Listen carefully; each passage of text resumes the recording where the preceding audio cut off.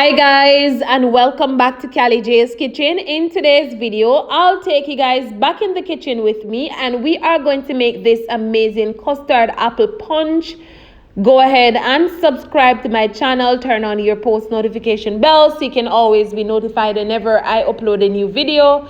Tell your friends and your family members about Callie J's Kitchen and have them subscribe. Follow me on Instagram, it's CallieKitchen_1, and also on Facebook, it's Callie J's Kitchen. So I have 2 custard apple that I got from the country. I put them in the fridge, and the reason they are a little bit dark. However, they're still good. So just before we get into the video, let me inform you guys that custard apple, soursop, and sweetsop, they are from the same family. All right. Now, if you have a custard apple tree at home, then you have a prize. You have a healthy fruit at home. You can always go ahead and eat it as it is, or you can go ahead and make the juice, or you can just make a punch from it. Whichever one works perfectly fine. For me, it doesn't matter. So what I did, I went in, used my knife to just slice the custard apple in 2, and of course we're gonna squeeze out that goodness from the inside, and you want to throw away the skin. Some persons back in the country, they don't throw away the skin. What they do, they just combine everything together nicely and squeeze it until they get the juice. Now, when you want to remove the juice from the custard apple, some persons tend to use a blender, or you can use your hand. For me, I'm going to do it the way that I see them do it in the country. They just use their hand to just squeeze it. If you want to use your blender, you can always go ahead and use your blender. No, I have 1 cup of water, but I'm not going to add all of the water. I'm just going to add a smaller amount of the water at once, and then I'm going to use my hand to just squeeze and get all of that juice out. And then once it starts to thicken, I'm just going to add more water so that I can get the juice, because the more water you add, the thicker it will get once you start to squeeze. All right. So once we get out all of that juice, we're going to go ahead and, of course, we're going to strain. Now, for this juice, you want to strain at least twice, because sometimes some of the pulp might get away in the juice and you don't want that, or the punch, whatever you're going to make with it.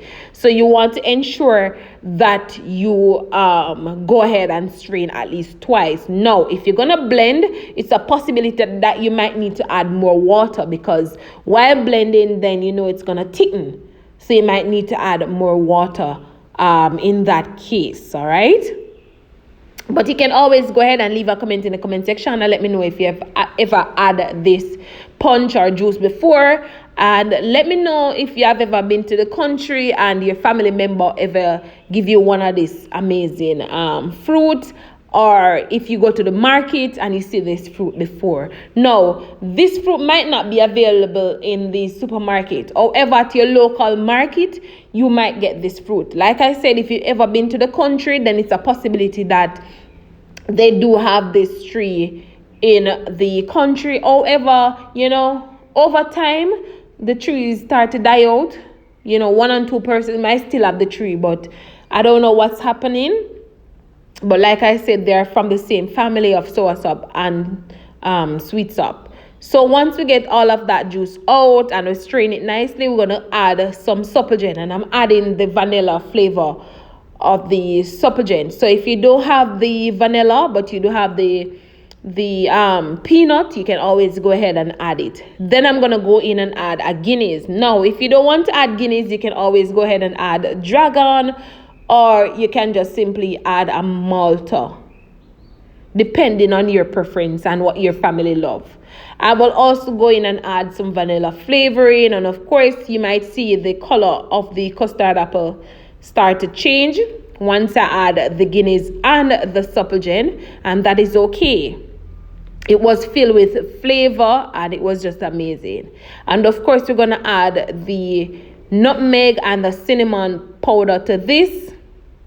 And once we add all of that goodness, we're just going to combine everything together nicely. And then I'm going to add some Betty condensed milk to sweeten to taste. No, you don't want to oversweet this. You just want to add a little bit of the Betty condensed milk. And just to inform you guys, once you add the cinnamon powder and the nutmeg, you want to ensure that you strain again. because sometimes it's a possibility that a little bit of lump might come from the nutmeg and the cinnamon, and you don't want that in your mouth. So you want to ensure that you strain again. All right, so you want to sweeten the taste, and you also want to make sure that you strain again. So once you're finished, we're going to come back and I'll show you the final product. But remember to leave a comment and let me know what you think about it. So this is the final product of my amazing custard apple punch. I hope you guys go ahead and try it out, and I hope you guys let me know what you think about it, and let me know if you'd give it a try, or if you have ever had this amazing punch before, or they're just making it in a juice for you guys. All right, so I hope you guys enjoy. I hope you guys go ahead and subscribe and turn on your post notification bell, of course. Thank you guys so much for watching, and I can't wait to see you tomorrow. Bye.